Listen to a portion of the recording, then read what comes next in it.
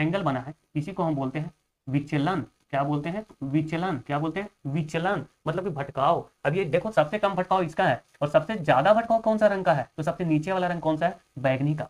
मतलब कि बैगनी जो है ये विचलन सबसे अधिक है।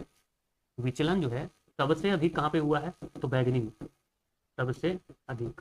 लेकिन विचलन सबसे कम कहाँ हुआ है? विचलन जो है वो सबसे कम कहाँ हुआ है? तो लाल में। विचलन सबसे कम कहाँ हुआ? तो लाल रंग के। अब देखो कि विचलन कम हुआ है। अब विचलन कम होने का मतलब क्या है?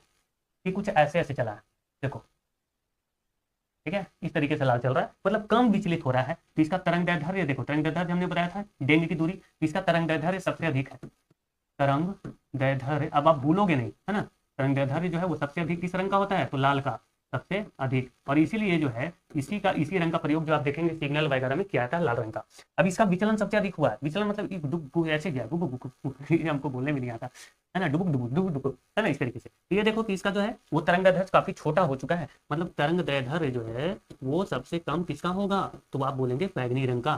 तरंग दैर्ध्य सबसे कम किसका होगा? तो आप बोलेंगे बैगनी रंग का। लेकिन इसका जो है तरंग दैर्ध्य सबसे कम है, लेकिन ये कितना है बैगनी रंग का? तो ये भी आप लिख लीजिए 4000 एंगस्ट्रॉम। 4000 एंगस्ट्रॉम इसका तरंग दैर्ध्य कितना होता है? तो 7500 एंगस्ट्रॉम। एंगस्ट्रॉम इसको हम व्यक्त करते हैं।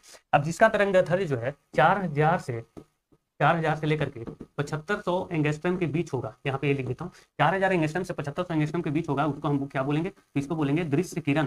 क्या बोलेंगे दोस्तों? दृश्य किरण बोलेंगे। और जिसका जिसका जो है 4000 से नीचे होगा उसको बोलेंगे परावैंगनी। जिसके 4000 से अगर कम है, 4000 एंगस्ट्रम से अगर कम है तो उसको बोलेंगे परावैंगनी।